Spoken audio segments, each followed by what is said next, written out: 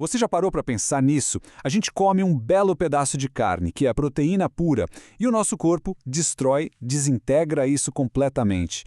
Mas, peraí, o nosso próprio corpo também é feito de proteína. Então, como que a gente não se digere de dentro para fora? Bem-vindos a esta nossa análise de hoje. A gente vai focar na incrível jornada da digestão e absorção das proteínas. Mas muito mais do que só entender a digestão básica, a gente vai investigar esse mistério biológico absoluto. É uma verdadeira história de sobrevivência química que acontece aí dentro de você todos os dias. Para começar, a gente precisa olhar bem de perto para esse paradoxo. Pensa comigo, a nossa carne, os nossos órgãos, as nossas células, é tudo composto essencialmente por proteínas e fosfolipídios, certo? Então, quando a gente faz uma refeição rica em proteínas, o sistema digestório libera um arsenal químico pesadíssimo para desintegrar a comida. Mas se os órgãos que fabricam e transportam esses produtos químicos também são feitos de proteína, como é que eles sobrevivem? A resposta está numa série de pontos de verificação de segurança biológicos de altíssimo nível. Sério, sobreviver a um simples almoço exige uma engenharia espetacular do nosso corpo. E aqui está o grande truque de mestre para desvendar esse mistério. O nosso organismo contorna o perigo usando umas coisinhas chamadas imogênios. São basicamente formas precursoras inativas de enzimas. Quer dizer, o corpo empacota e envia essas substâncias destrutivas de um jeito totalmente inofensivo. Elas viajam pelos nossos órgãos como se fossem bombas desativadas, sabe? Elas só vão despertar e liberar todo aquele poder de destruição quando chegarem no local exato onde a comida está e apenas se um gatilho bioquímico muito específico for acionado. Para a gente entender isso bem, a nossa jornada vai seguir um roteiro geográfico bem claro. 1. Preparando o cenário. 2. O estômago, ácido e pepsina. 3. Pâncreas, prevenindo a autodigestão. 4. Intestino, a digestão final. E, finalmente, 5. Absorção e circulação sanguínea. Muito bem, vamos lá. Parte 1. Preparando o cenário, a infraestrutura biológica. Antes mesmo de a primeira garfada chegar ao estômago, o nosso corpo já está montando todo um palco anatômico e neurológico. O trato gastrointestinal não é só um tubo por onde a comida cai. Ele tem sistemas de controle autônomos que começam a trabalhar logo no primeiro sinal de fome. E para você ter uma ideia do nível de complexidade, olha só esse número: 100 milhões de neurônios. O nosso sistema nervoso entérico, que orquestra todo esse processo desde a garganta até o final do intestino, tem praticamente a mesma quantidade de neurônios que a gente tem em toda a medula espinhal. Essa rede imensa que dispara os neurotransmissores, preparando o terreno para a avalanche química que está chegando. E aí entramos na parte 2, o estômago, ácido e pepsina, o ambiente químico extremo. Com tudo pronto, o bolo alimentar desce pelo esôfago e é aí que o perigo real começa.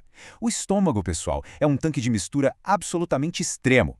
É o nosso ataque primário à estrutura das proteínas. Ok, vamos mergulhar nisso. Lá nas glândulas profundas do estômago, umas células chamadas células parietais começam a secretar ácido clorídrico. Esse ácido faz o pH despencar para perto de 0,8. Para colocar isso numa escala que dê para imaginar, a concentração de íons de hidrogênio no estômago chega a ser impressionantes 3 milhões de vezes maior do que no nosso sangue arterial. É uma acidez bizarra, projetada para dissolver tecidos, aniquilar bactérias e, o mais importante, dar o pontapé inicial na transformação dos nossos imogênios. Agora, o que é realmente interessante analisar aqui é a origem exata de tudo isso.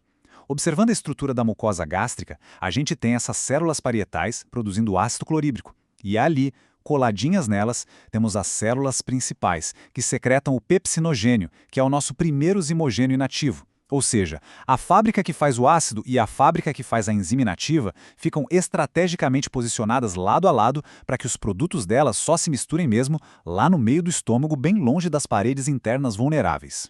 Mas e aí, como é que esse pepsinogênio inativo acorda com esse ácido todo? Eu adoro essa analogia. Imagina uma criança segurando uma canetinha. Enquanto a caneta estiver com a tampa, a criança pode encostar na parede que não risca nada, certo? Essa é a forma inativa, o pepsinogênio, que é meio pesadão, com 42.500 Daltons. Só que quando o banho de ácido acontece, rola uma clivagem proteolítica. O ácido literalmente arranca um pedaço da enzima, o peso cai para 35.000 Daltons. A tampa da caneta foi removida. Agora a gente tem a pepsina ativa, totalmente solta e pronta para sair quebrando todas as proteínas que achar pela frente. Certo, mas se a caneta está destampada e solta no estômago, por que ela não destrói as próprias paredes do estômago? E aqui a gente resolve a primeira parte do nosso mistério, a defesa. A mucosa cria um escudo incrível, uma camada de muco físico super espessa e viscosa misturada com bicarbonato. Esse bicarbonato cria uma espécie de microclima alcalino bem colado na parede do estômago. Então, qualquer gota de ácido ou de pepsina ativa que tente chegar perto do tecido é imediatamente neutralizada, um escudo perfeito. Vamos descer mais um pouco. Parte 3. Pâncreas, prevenindo a autodigestão. O sistema de segurança definitivo. Saindo daquele tanque hostil do estômago, a gente entra na maior potência digestiva do corpo, o pâncreas. Se a defesa do estômago falha, a gente ganha uma úlcera ruim, né? Mas se a defesa do pâncreas falha, meus amigos, as consequências são literalmente fatais. Ele produz as enzimas que quebram todos os nossos macronutrientes. A principal estrela inativa aqui é o tripsinogênio. E a grande ironia letal é que as células do pâncreas são feitas justamente de fosfolipídios e proteínas. Ou seja, existe um risco real e constante de que o pâncreas, ao fabricar esse suco digestivo fortíssimo, acabe se autodigerindo caso essas enzimas resolvam acordar cedo demais. Então, como ele evita virar o próprio almoço? O pâncreas tem um plano B genial. Primeiro, ele só libera as enzimas inativas. Segundo, as mesmas células que fazem o tripsinogênio fabricam junto o inibidor de tripsina. É literalmente um freio de emergência. Se por acaso alguma molécula acordar sem querer dentro do pâncreas, o inibidor vai lá e bloqueia ela na hora. O problema grave é quando isso falha. Por exemplo, se uma pedra na vesícula entope o ducto, essas secreções ficam presas, a pressão sobe, o inibidor não dá conta e o pâncreas começa a digerir a si mesmo. É a famosa e perigosa pancreatite aguda. Passando desse perigo, vamos para a parte 4. Intestino, a digestão final. A linha de montagem da fábrica química.